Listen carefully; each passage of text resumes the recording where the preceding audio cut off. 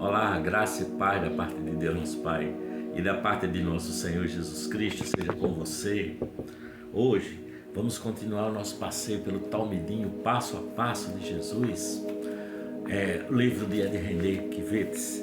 E aqui eu leio o texto que está em Mateus, capítulo 12, versículos 22 e 24, diz assim, olha, depois disso, levaram-lhe um endemoniado que era cego e mudo, e Jesus o curou, de modo que ele pôde falar e ver. Todo o povo ficou atônito, dizendo, não será este o filho de Davi? Mas quando os fariseus ouviram isso, disseram, é somente por Beelzebu, o príncipe dos demônios, que ele expulsa demônios. Era inegável que Jesus agia com uma autoridade especial e que sobre ele havia um poder que as pessoas ao redor não haviam conhecido até então. Quando Jesus curou um endemoniado cego e mudo, a multidão impressionada se perguntava, não será este o Messias? Estes sinais não seriam evidências de que este é o Messias que nós tanto esperamos? Era claro, portanto, que havia algo de sobrenatural se manifestando ali em Jesus de Nazaré. Esse poder, Jesus sabia desde o início, era o Espírito Santo de Deus. Logo no começo de seu ministério, na sinagoga de Nazaré, ele afirmou, o Espírito do Senhor está sobre mim e me deu autoridade para o que eu vou fazer diante dos olhos de todos vocês. Ou seja, a questão a respeito da identidade de Jesus não é o seu poder, mas é o caráter desse poder. Beelzebu é o príncipe das trevas, e a fala dos fariseus nos informa que também os espíritos das trevas manifestam poder. Feitos extraordinários podem ser protagonizados tanto pelos que estão na luz quanto pelos que estão em trevas, uma vez que ambos agem debaixo de autoridades espirituais. Os discípulos de Jesus não se iludem com manifestações de poder. Eles sabem que todo poder espiritual tem um caráter e uma identidade, e sabem que devem discernir a identidade do poder que se manifesta. Os espíritos maus escravizam as pessoas e as tornam cegas e mudas, roubam sua capacidade de expressão. Mas o Espírito de Deus liberta e cura, pois Deus é amor. A Bíblia Sagrada não revela apenas o poder de Deus, mas principalmente o caráter e a identidade desse poder, o amor. Os discípulos de Jesus não caem nas armadilhas de Beelzebu e dos falsos deuses que querem seduzir e convencer o coração humano por meio de manifestações de poder. Quem segue a Jesus não se impressiona com o poder dos Espíritos, mas se rende ao poder, ao Espírito Santo, que se manifesta sempre revelando o amor de Deus. Revelação do amor de Deus. Discernimento é a palavra-chave da espiritualidade dos seguidores de Jesus Cristo de Nazaré. E eu estou aqui com o texto que está em Mateus capítulo 12, versículos 31 e 32. E diz assim, por esse motivo eu lhes digo, todo pecado e blasfêmia serão perdoados aos homens, mas a blasfêmia contra o Espírito não será perdoada. Todo aquele que disser uma palavra contra o Filho do Homem será perdoado, mas quem falar contra o Espírito Santo não será perdoado, nem nesta era, nem na era que há de vir. Mateus 12, 31 e 32.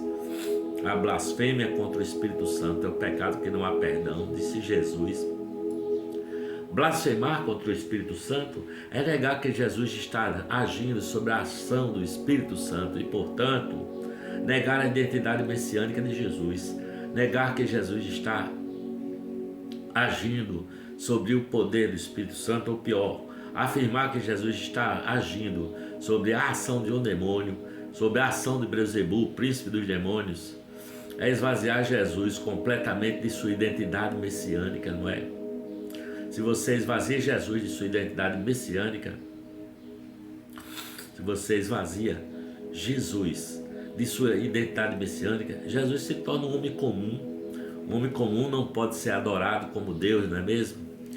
Quem confunde o poder que age sobre Jesus mistura as identidades do Espírito Santo de Deus e de Beelzebu, sabe? Quem ministra as identidades não sabe quem é o Espírito Santo. e consequentemente não sabe quem é Jesus. Quem perde as identidades de Jesus e do Espírito Santo perde-se a si mesmo, sabe? A afirmação de que a blasfêmia contra o Espírito Santo é o pecado que não há perdão, não é uma indicação de que estamos lidando com um Deus melindroso, sabe? Que fica assim ofendidinho com as nossas palavras. Não, não é isso. O que Jesus está dizendo é que quando não somos capazes de discernir a obra do Espírito Santo nele, em Jesus, nós perdemos o referencial do divino na história, perdemos o referencial de quem é Deus e, portanto, perdemos o referencial de quem somos nós mesmos, sabe? Pecar contra o Espírito Santo, isto é, negar a ação do Espírito Santo sobre Jesus, é o pecado, não é? É o pecado que não há perdão, porque nos deixa à deriva na existência, sabe? À mercê de um charlatão, ou de um louco, ou de um demônio mesmo. Nossa salvação consiste em entregarmos a vida nas mãos de Jesus, sabe? Mas para isso precisamos de fato crer que Ele é quem Ele disse ser, né? Para que Ele é quem disse ser, precisamos discernir que tudo o que Ele disse, faz e fez foi sob a ação do Espírito Santo de Deus. Os discípulos de Jesus, os talmidim de Jesus, creem quando Jesus diz: o Espírito do Senhor está sobre mim. Na verdade, os talmidim de Jesus vivem no mesmo Espírito, o mesmo Espírito Santo de Deus. E aí, vamos para o capítulo 12 de Mateus, versículo 39, que diz assim, olha: uma geração perversa e adúltera pede um sinal miraculoso, mas nenhum sinal lhe será dado, exceto o sinal do profeta Jonas. Jesus está envolvido numa discussão com os fariseus, os doutores da lei, e com os populares no meio da multidão, que começam a suspeitar se ele é o mesmo o Messias. Os religiosos o acusam de blasfêmia. E Jesus responde que a verdadeira blasfêmia é não recebê-lo como Messias e duvidar do Espírito que age sobre ele. A confusão é grande até que a multidão o interpela pedindo um sinal do céu. E Jesus responde: vocês são a geração perversa e adúltera. Nenhum sinal lhes será dado, exceto o do profeta Jonas. A expressão sinal do profeta Jonas significa que, assim como Jonas passou 3 dias no ventre de um peixe, Jesus também passaria 3 dias entre a morte e a ressurreição. A vitória de Jesus sobre a morte seria o grande sinal de sua identidade como Messias e Filho de Deus.